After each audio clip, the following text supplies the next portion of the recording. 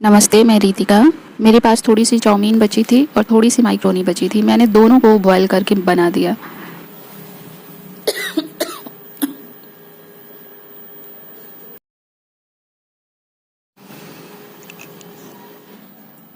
इधर बीच में कच्चे आम बहुत खा रही हूँ।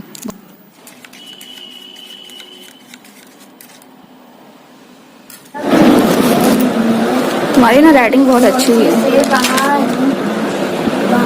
फिगर विगर बना के अच्छे से की हो, और सब गधे नहीं करते हैं ऐसे। तुम्हारे ही क्लास के हैं लड़के, नहीं करते वो सब बनाते। तुमको बोला जाता है कि अपने से बनाते हो? हाँ, सबको बोला जाता है। अब वो सब नहीं बनाते हैं। एक भी फिगर उन लोग की कॉपी में नहीं रहता, रहेगा तो एकदम गंदा गंदा रहेगा। ऐसे अच्छा। मेरे यहाँ बहुत सारे बंदर हैं और ये सारे बंदर ग्रुप में आते हैं एक साथ, और कब कहाँ अटैक कर दे कुछ पता नहीं है।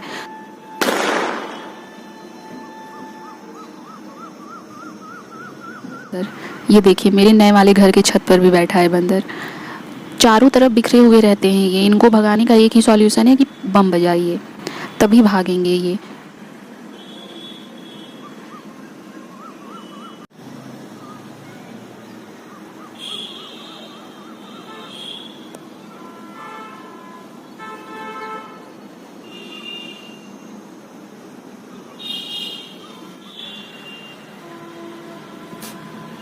ये प्लास्टर ऑफ पेरिस की मूर्तियाँ हैं। मैं जहाँ रहती हूँ वहाँ हर घर में यही बिजनेस होता है, मेरे घर में भी।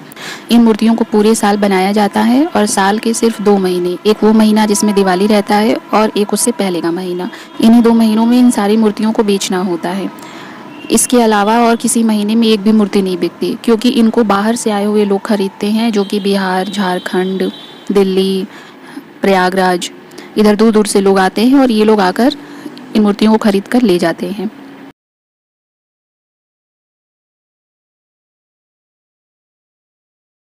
फिर मैं नारियल की चटनी बना रही हूँ।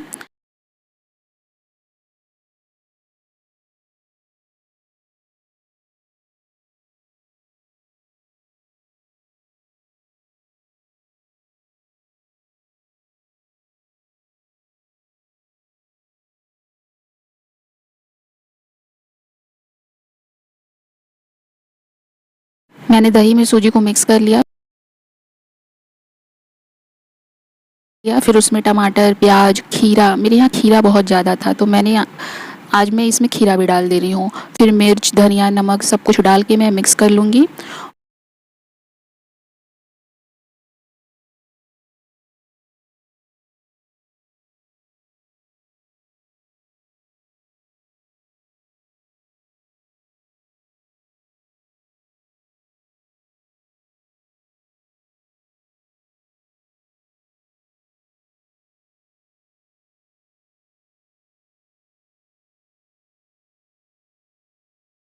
मैं बहुत सारी सब्जियां डालती हूँ, जितना मुझे मिल जाती हैं फालतू सब्जियां घर में ना, सब डाल देती हूँ मैं।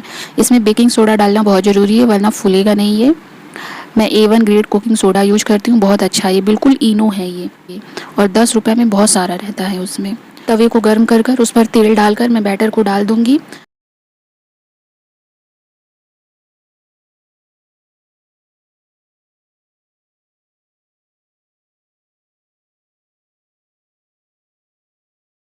फिर इसके ऊपर मैं राई या सरसों को डालूंगी।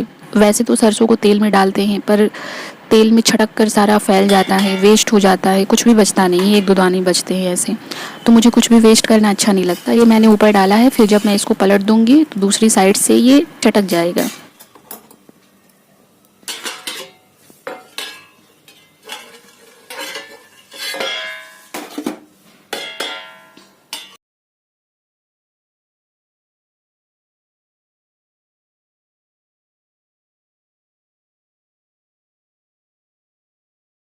ये बनाने में तेल बहुत लगता है। एक एक पीस में 2-3 चम्मच तेल लग जाता है।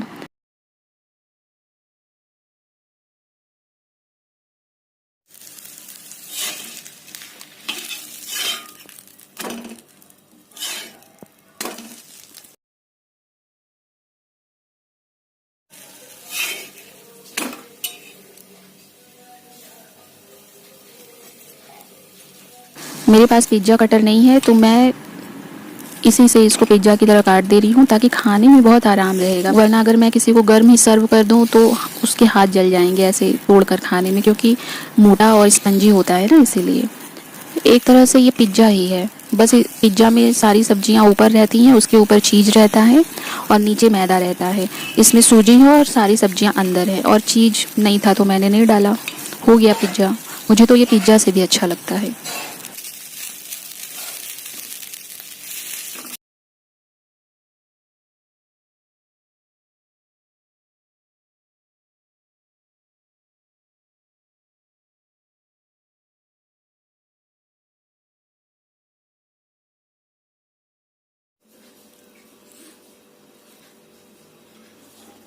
अभी तक दही जमी नहीं थी, अब जमी है, तो इसमें मैंने नारियल का जो पेस्ट रेडी किया है उसको डाल दूंगी और तड़का लगा दूंगी और चटनी रेडी हो जाएगा।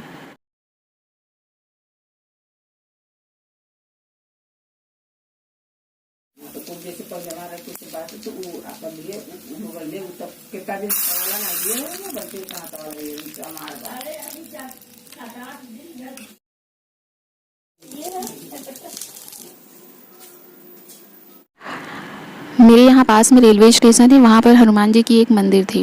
रेलवे के कुछ कंस्ट्रक्शन की वजह से उस मंदिर को हटाना पड़ा, तो रेलवे ने फिर से दूसरी जगह 8-10 लाख रुपए लगाकर एक अच्छा सा मंदिर बनवा दिया है।